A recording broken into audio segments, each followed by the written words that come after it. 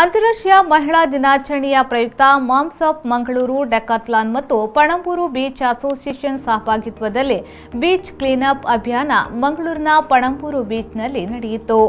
ಪಣಂಬೂರು ಬೀಚ್ನಲ್ಲಿ ಹಮ್ಮಿಕೊಂಡಿದ್ದ ಸ್ವಚ್ಛತಾ ಅಭಿಯಾನದಲ್ಲಿ ಸುಮಾರು 60 ಮಂದಿ ಪಾಲ್ಗೊಂಡಿದ್ದರು.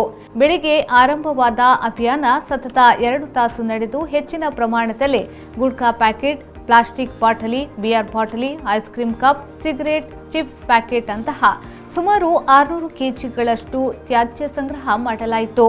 ಮಂಗಳೂರು ನಗರ ಪಾಲಿಕೆಯವರು ತ್ಯಾಜ್ಯ ವಿಲೇವಾರಿಯನ್ನ ಮಾಡಿದ್ರು. ಸದಸ್ಯರಿಗೆ ಗ್ಲೌಸ್, ಸ್ವಚ್ಛತಾ ಪರಿಕರ, ಸ್ಯಾನಿಟೈಸರ್ಗಳನ್ನು ವಿತರಿಸಲಾಗಿತ್ತು. ನಂತರ ಯೋಗ, ಕ್ವಿಜ್ ಕಾಂಟೆಸ್ಟ್, ಲಕ್ಕಿ ಡ್ರಾ ಹಾಗೂ ಜುಂಬಾ ಡ್ಯಾನ್ಸ್ ಕೂಡ ಆಯೋಜಿಸಲಾಗಿತ್ತು.